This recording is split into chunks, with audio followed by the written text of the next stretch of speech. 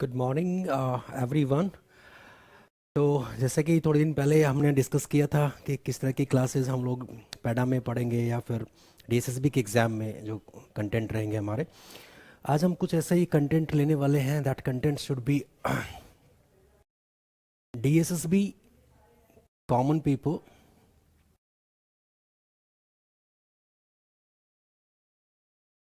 First, जिसके अंदर हम लोग इंग्लिश का कुछ सेक्शन लेते हैं। That section is comes up English section में सबसे इम्पॉर्टेंट चीज़ यहाँ पर ये होती है कि बहुत सारे स्टूडेंट्स को रहता है कि कौन से कंटेंट को हमें पढ़ना है और किस तरह से कंटेंट्स को पढ़ना है। That is a very very important कि कंटेंट को कैसे हम लोग स्टडी करें। तो इसके अंदर ग्रामेटिकल कुछ कंसर्न्स पे हम बात करते हैं। तो ग्रामेटिकल कंसर्न्स में हमारे पास आता है कुछ टॉपिक्स जो एग्जाम्स में पूछे जाते हैं, जैसे कि फर्स्ट टॉपिक है हमारा कॉमन एरर्स। स्टूडेंट्स के लिए सबसे बड़ी प्रॉब्लम यहाँ से क्रिएट होती है कि कॉमन एरर्स को हम लोग कैसे डिस्कस करें। That common errors is comes up like spotting errors, common errors, errors in the sentences. These are so different name. तो स्टूडेंट्स को सबसे बड़ी प्रॉब्लम यहाँ पर ये होती है कि जब वो एरर्स इन पर्टिकुलर कंटेंट पे फाइंड आउट करते हैं, for example errors in noun, errors in pronoun, errors in verbs, errors in tenses, तो वो उसको फाइंड आउट फिर भी कर लेते हैं। बट जब क्वेश्चन आता है कि कॉमन एरर्स, तो कॉमन एरर्स को कैसे करते हैं, एक तो ये चीज़ हम आज डिस्कस करने वाले हैं। दूसरा, कॉमन एरर्स के लिए हमें किन किन ग्रामेटिकल टॉपिक्स पे फोकस करना है, जो सीखना है हमें, वो क्या है। तो कॉमन एरर्स के लिए हमारे पास रहता है कंप्लीटली पार्ट्स ऑफ स्पीच। अब जैसा कि आप जानते भी हैं कि parts of speech is the section which has the 8 topics, जो हम ऑलरेडी एक क्लास में आपको डिस्कस भी कर चुके हैं कि पार्ट्स ऑफ स्पीच में क्या क्या होता है। मेनली द कंसर्न अबाउट वो जो आप 8 टॉपिक्स पढ़ते हैं, noun, pronoun, verb, adverb, conjunction, preposition, these are the section of the parts of speech. तो ये सब मिला के कॉमन एरर्स को कंप्लीट करते हैं। अब बात आती है कि इसको किस तरह से सॉल्व किया जाता है, हम उस पर बात करेंगे कि किस तरह से सॉल्व किया जाता है कॉमन एरर्स को। तो सबसे पहले इस टर्म में हम देख लेते हैं कि ग्रामेटिकल कंटेंट कौन कौन सा होता है, फिर कॉमन एरर्स के बारे में बात करेंगे कि कैसे उसको सॉल्व करते हैं। सेकेंड पॉइंट इसमें आ सकता है एग्जाम के अंदर बेटा, वो होता है जम्बल्ड सेंटेंसेस। इसके भी 2 या 3 तरह से नाम हम रखते हैं, या तो जम्बल्ड सेंटेंसेस होता है या सेंटेंसेस अरेंजमेंट होता है, अरेंजमेंट इन सेंटेंस होता है। तो कई तरह से इसको भी पूछा जाता है। और ये भी आपका एक टर्म्स होता है, आपको पता होता है किस तरह से किस सीरीज में आपको कुछ सेंटेंसेस दिए जाते हैं। ABCD की सीरीज होता है, PQR की सीरीज होता है, और आपको एक मीनिंगफुल पैसेज जो है वो क्रिएट करना होता है, मीनिंगफुल पैसेज। तो meaningful passage is important there कि वहाँ क्या किस मीनिंगफुल पैसेज की हम बात कर रहे हैं, जो कि सीरीज हमें लेना है। इसके अंदर भी हम कुछ कंटेंट की बात करते हैं। तो मेनली जो इसके अंदर कंटेंट होते हैं वो हमारे पास होते हैं बेटा noun, pronoun, conjunction and preposition। As you know कि these are the topics also involve in that parts of speech. लेकिन पार्ट्स ऑफ स्पीच में जो 8 टॉपिक होते हैं उनमें से केवल 4 पे हम ज़्यादा फोकस करते हैं for completion this content of jumbled sentences. Jumbled sentences के लिए उसका भी रीज़न है। उसका रीज़न क्या है कि जम्बल्ड सेंटेंसेज का मतलब है कि हमें एक मीनिंगफुल पैसेज बनाना है, हमें कुछ सेंटेंसेस दिए होंगे, 4 सेंटेंसेस जैसे हमें दिए हैं, तो इन चारों सेंटेंसेस को हमें एक सीरीज में लगाना है, एक अरेंजमेंट करना है कि कैसे सुटेबल अरेंजमेंट करके हम इसका एक मीनिंग निकाल सकते हैं। तो जंबल सेंटेंसेस में कुछ ऐसा ही है। जंबल सेंटेंसेस में सबसे पहले हमें नाउन प्रोनाउन की जरूरत पड़ती है for the sentence of first and for the sentence of last. तो फर्स्ट और लास्ट सेंटेंस के लिए हम लोग नाउन एंड प्रोनाउन के बारे में बात करते हैं। और सेम थिंग अब कंजक्शन और प्रेपोजिशन, तो ये सेंटेंसेस को जोड़ने के काम आते हैं, मतलब किस तरह से सेंटेंस को, सीरीज को, ये सीक्वेंस को हम लोगों को कनेक्ट करना है। तो these are 2 topics are important for connection, this 2। After that exam में एक टॉपिक और भी इसमें पूछ सकते हैं, वो दैट टॉपिक इज फिलर्स। अब फिलर्स को मैं इसलिए फिलर्स बोल रहा हूँ क्योंकि फिलिंदा ब्लैंक्स बोलना एक टर्म हो गया। अब फिलिंदा ब्लैंक्स में हो सकता है सिंगल है, हो सकता है फिलिंदा ब्लैंक्स वो मल्टीपल वाला पूछ ले, जिसको आप बोलते हो दूसरा नाम, that name is cloze test. एक पैसेज है जिसके अंदर न्यूमेरिकल ब्लैंक्स होते हैं, 1 2 3 4 5 इस तरह से न्यूमेरिकल ब्लैंक्स होते हैं। तो these are the also the fillers. तो फिलर्स कैन बी पॉसिबल, तो वो सिंगल फिलर्स हो सकता है, कभी कभी डबल भी दे सकता है और कभी कभी वो मल्टीपल भी, इसको मल्टीपल बोलते हैं, वो क्लोज टेस्ट होता है। These are possible to fillers. तो फिलर्स इसके लिए सबसे ज़्यादा इंपॉर्टेंट क्या है? इसके लिए भी इंपॉर्टेंट वही है जो हम पहला कंटेंट बात कर सके, यानी कि पार्ट्स ऑफ स्पीच। लेकिन ये पार्ट्स ऑफ स्पीच फिलर्स को कैसे कंप्लीट करता है, किस तरीके से? बेटा इसमें हमें सबसे पहले दो चीज़ें देखनी होती है। एक देखना होता है हमें सेंस ऑफ पैसेज, यानी जो हमें पैसेज दिया गया है क्लोज टेस्ट का उसका सेंस क्या है। दूसरा हमें चेक करना होता है पोजीशन ऑफ वर्ड, यानी किस वर्ड की क्या पोजीशन है। फॉर एग्जाम्पल जैसे अगर मैं बात करता हूँ इस तरीके से, there is a dash situation which, इस तरह से हमने सेंटेंस लिखा और यहाँ पे लिखा है 1 पॉइंट और गिवन द ऑप्शंस। तो हमें पोजीशन ऑफ इसके बारे में बात ऐसे करनी है कि पोजीशन ऑफ वर्ड क्या होना चाहिए। जैसे यहाँ लिखा है देयर इज अ, अब उसके बाद जो फिल इन द ब्लैंक्स है उसकी पोजीशन क्या है, उस ब्लैंक की पोजीशन क्या है? तो ब्लैंक की पोजीशन है after the articles and before the noun. तो जब भी आर्टिकल्स और नाउन के बीच में कोई भी ब्लैंक होता है तो that blank always be fill up by any adjective. तो आपके इन ऑप्शंस में आपको सबसे पहले फाइंड आउट करना है कि कौन कौन से एडजेक्टिव्स हैं और एडजेक्टिव्स को कैसे फिल करें। तो दैट इज द इंपॉर्टेंट कि आर्टिकल्स और नाउन के बीच में किस तरह से हम फिल करेंगे। तो वो वर्ड होगा हमेशा एडजेक्टिव। तो हमें एडजेक्टिव की सेंस को समझना है कि अगर एडजेक्टिव हमें मिल रहा है ऑप्शन में, अब इसको भी डिटेल में जब हम पढ़ेंगे तो मैं आपको बताऊंगा कि किस तरह से एडजेक्टिव की टर्म्स बिहेव करती है, यानी कुछ पॉजिटिव टर्म्स पे कुछ मेरिट्स होते हैं, कुछ डिमेरिट्स होते हैं, तो उसको बात करते हैं। लास्ट कंटेंट इसके अंदर बेटा वो पूछ सकता है, that content is directly it's like to sentence improvement. ये केस ऐसा होता है कि बेटा सेंटेंस इंप्रूवमेंट में वो एक कंप्लीट आपको सेंटेंस देगा, उसके अंदर कुछ बोल्ड कॉम्बिनेशन होगा। बोल्ड कॉम्बिनेशन क्या होता है मैं समझाता हूँ आपको। जैसे कहीं उसने लिख दिया he committed a he committed a mistake, और वो कुछ ऐसे अपने आप से लिखकर और आपको अंडरलाइन कर सकता है, बोल्ड कर सकता है ऐसे कमिटेड पे, और आपको वो ऑप्शंस दे सकता है कि यहाँ डिड होना चाहिए, यहाँ मेड होना चाहिए, यहाँ हैड होना चाहिए, या यहाँ नो इम्प्रूवमेंट होना चाहिए। तो that is the important one कि यहाँ नो इम्प्रूवमेंट। अगर आपको जैसे कि फॉर एग्जांपल हम लोग ऐसे कर सकते हैं इस टर्म्स ऑफ बेटा वो आपको ऑप्शंस टर्म्स कुछ ऐसे देगा,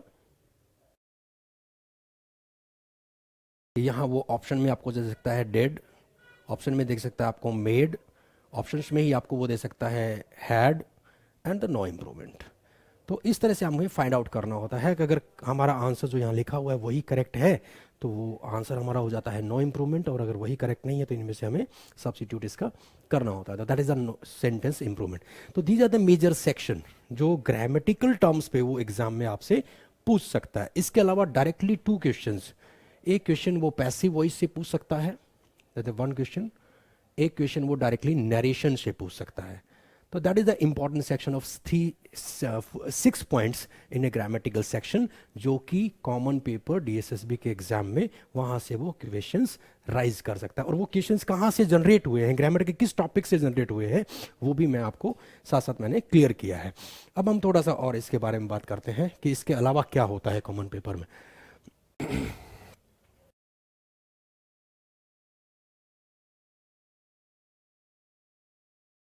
इसके अलावा बेटा एक सेक्शन इसी में होता है, उसको हम बोलते हैं नॉन ग्रामेटिकल सेक्शन। तो नॉन ग्रामेटिकल सेक्शन जो रहेगा आपका, दैट सेक्शन इज, उसमें कितने सारे पॉइंट्स होंगे। तो उसमें सबसे पहले पॉइंट्स होगा बेटा idioms and phrases. Idioms and phrases से एग्जाम के अंदर 2 to 3 क्वेश्चंस वो राइज कर सकता है। मे बी पॉसिबल टू, कभी कभी 1 क्वेश्चन, कभी 2, कभी 3 भी कर सकता है, then depend on the out of 20 के सेक्शंस में। तो 2 to 3 question from the idioms and phrases. अब इडियम्स एंड फ्रेजेस का क्या पैटर्न है? इडियम्स फ्रेजेस का क्या है कि बेटा जब हम इडियम एंड फ्रेजेस को पढ़ते हैं तो हमें उनके थॉट ऑफ मीनिंग पे जाना है, हमें उनको क्रैम नहीं करना है। आगे की जब हम क्लासेस लेंगे तो मैं आपको बताऊंगा कि इडियम्स फ्रेजेस को भी कैसे हम लोग विदा उसको रटे हुए बिना उसको क्रैम किए हम आसानी से उसको याद रख सकते हैं, अगर हम उसको समझ कर उसको अंडरस्टैंड करके उसका मीनिंग्स क्रिएट करते हैं। सेकेंड पॉइंट्स इसमें एग्जाम में आ सकता है बेटा, वो है 1 word substitutions। And 1 word substitution set that वो जो हिंदी में आप बोलते हो अनेक शब्दों का एक शब्द, तो वही है वन वर्ड सब्स्टिट्यूशन। तो वन वर्ड सब्स्टिट्यूशन भी इसमें एग्जाम में आपसे पूछ सकता है, सेम 1 to 2 क्वेश्चन इसके अंदर भी वो डाल सकता है। That's overall then comes up.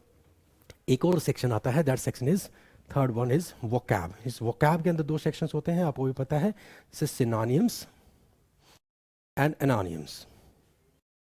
These are 2 points. Same word and opposite word वो आपसे पूछेगा, और सेम वर्ड अपोजिट वर्ड के बारे में भी मैं लास्ट क्लास में एक में आपसे बताया था कि किस तरह से वोकैब को हमें फाइंड आउट करना होता है according to word understanding. Word को पहले अंडरस्टैंड करना पड़ता है, उसके बाद हम लोग उसको आइडेंटिफाई करते हैं। फोर्थ वो आपसे पूछ सकता है बेटा स्पेलिंग टेस्ट। स्पेलिंग टेस्ट के बारे में भी वो आपसे डिस्कस कर सकता है कि स्पेलिंग टेस्ट किस तरीके से करना है, स्पेलिंग टेस्ट किस तरीके से होना चाहिए। सो that is a very very important section of the non grammatical. अब ये जो 20 मार्क्स का आपका कंप्लीट सेक्शन है, इस सेक्शन के अंदर में भी पॉसिबल कि वो आपसे पूछ सकता है near about 10 to 12 questions for the grammar. Grammar के लिए जो भी हमने डिस्कस किया इससे पहले, इसके अलावा 4 to 5 questions from the non grammatical, और इसके अलावा 2 या 3 क्वेश्चंस या एक छोटा सा पैसेज जिसको हम बोलते हैं कॉम्प्रीहेंशन, तो वो कॉम्प्रीहेंशन डाल सकता है एक छोटा सा। तो कॉम्प्रीहेंशन के रहेंगे लगभग 4 to 5 क्वेश्चन। तो near about these are the question comes up in the examination of 20 marks के सेक्शन को वो कहीं अप एंड डाउन इसमें करके, किसी में कम करेगा किसी में ज़्यादा, तो वो आपको क्वेश्चंस देगा। दिस इज़ द कम्प्लीटली आपका जो सिलेबस रहने वाला है कॉमन पेपर में। बहुत सारे टर्म्स पे में ऐसा होता है कि क्वेश्चन राइज भी करते हैं बच्चे की, सर एक्चुअली में सिलेबस क्या है, कंटेंट क्या है, अगर हम खुद भी पढ़ना चाहें तो ये इसका बेटा कंप्लीट कंटेंट है। अब हम एक एक पॉइंट को थोड़ा सा समझेंगे, वो देखिए। तो जैसे कि मैंने अभी कहा था आपको कि सबसे पहले हम लोग बात करेंगे एक छोटे से कंटेंट पे, वो कंटेंट है जैसे कॉमन एरर्स। स्टूडेंट्स को बड़ी प्रॉब्लम रहती है जब हम spotting errors, common errors sentence में फाइंड करते हैं, तो उनको प्रॉब्लम रहता है कि किस तरह से उसको सॉल्व करें। This is the major section कि इसको हम कैसे सॉल्व करें। फॉर एग्जांपल जैसे एग्जाम में आता है, ही इज डिस्क्राइब्ड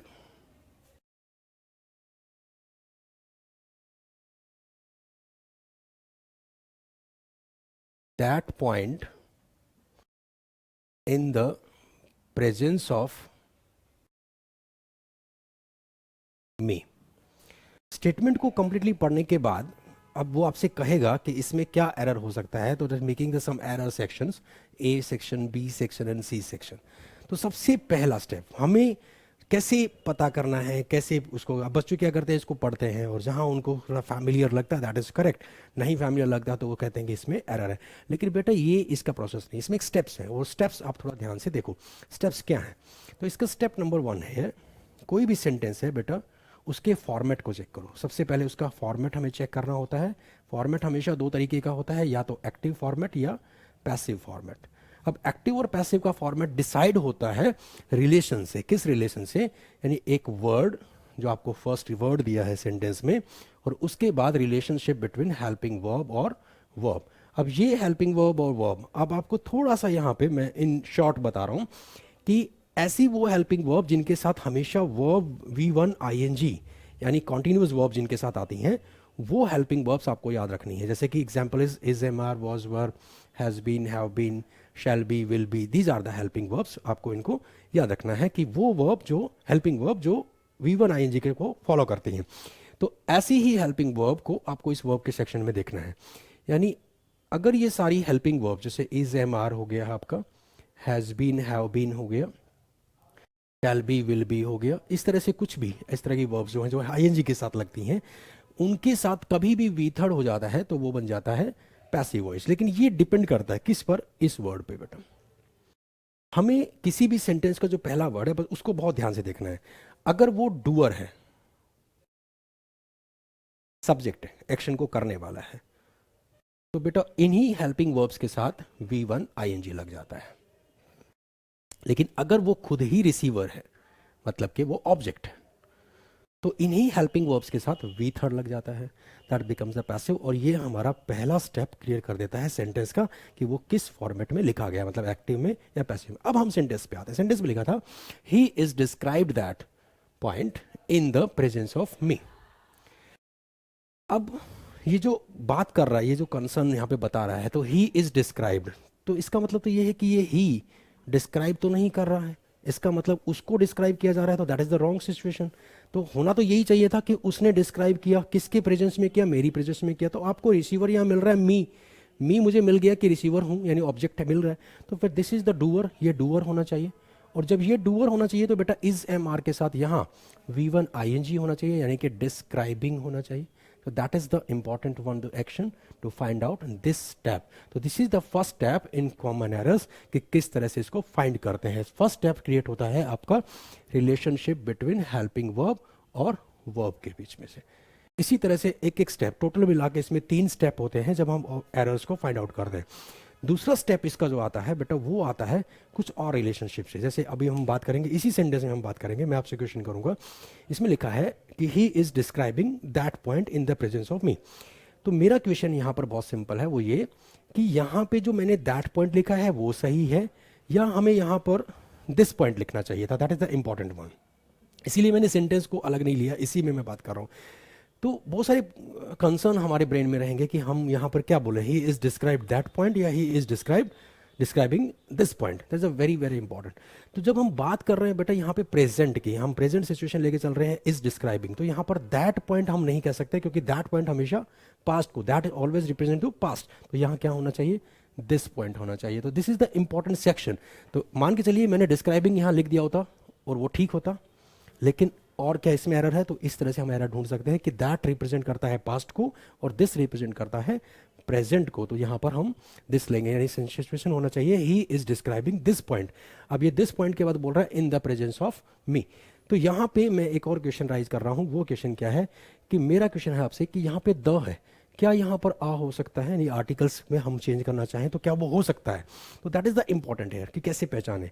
तो बेटा जिस भी नाउन से पहले हम आर्टिकल्स को लेते हैं, तो इन आर्टिकल्स का एक छोटा सा फ्लो आपको याद रखना है कि आ और एन के बाद नाउन को डिस्क्राइब नहीं किया जाता, नाउन को रिप्रेजेंट नहीं किया जाता कहाँ से। तो इसीलिए जब भी नाउन को डिस्क्राइब करेंगे, जैसे ऑफ मी, कि ये प्रेजेंस किसकी है, प्रेजेंस कहाँ पर है, तो वहाँ वो इसका मतलब होता है कि हम उसको एक्स्ट्रा डिस्क्रिप्शन दे रहे हैं, उसको स्पेसिफिक बना रहे हैं, दैट्स वाई यहाँ हम द पुट करते हैं। तो द यहाँ पर करेक्ट है, अगर यहाँ आ होता तो एरर हो जाता। This is the situation to understand. So that is 3 concept. पहला स्टेप है फॉर्मेट चेक करियो किस तरह से है, एक्टिव है पैसिव है, वो मैंने बता दिया बेटा कैसे चेक करते हैं। दूसरा स्टेप है उसी फॉर्मेट के अंदर ये चेक करना होता है कि जो हमारे अदर पार्ट्स हैं, यानी other parts like to determiners हैं, एडजेक्टिव हैं, आर्टिकल्स हैं, प्रेपोजिशन है, ये सारे अदर पार्ट्स, तो ये सारे अदर पार्ट्स हमें चेक कर रहे हैं कि वो सही लगाए गए हैं या नहीं। तो ये सारे हम कहाँ से सीखते हैं, जब हम टॉपिक वाइज पढ़ते हैं कि किस टर्म में कौन सा प्रपोजिशन आना चाहिए, कौन सा आर्टिकल्स आना चाहिए, या कौन सा हम लोगों को डिटरमाइनर्स लेना चाहिए। So this is the first understanding here, the first concept from the exam. के एग्जाम में जो फर्स्ट कॉन्सेप्ट आता है कॉमन एरर्स, उसको हम कुछ इस तरीके से करते हैं। बाकी कुछ एग्जाम्पल्स के टर्म्स में हम ऐसे सेंटेंसेस भी लेते हैं और ये सेंटेंसेस हमारे को कवर करता है कि कॉमन एरर्स का टॉपिक कैसे होगा। ऐसे ही कुछ पॉइंट्स में अगर हम जब नेक्स्ट क्लासेस लेंगे, नेक्स्ट वीडियो में आएंगे, तो वहाँ पे बताएंगे आपको कि कॉमन एरर्स के बाद जो हमारे स्टेप्स हैं, जैसे कि हम फिल इन द ब्लैंक्स को करते हैं तो किस चीज़ पर फोकस हमें करना है, ऐसे ही हम लोग जब जंबल्ड करते हैं तो किस चीज़ पर हमें फोकस करना है और कैसे करना है, कैसे उसका आइडेंटिफिकेशन रहेगा। तो ये सारे पॉइंट्स इसमें डिस्कस रहेंगे। Clear? So thanks for today.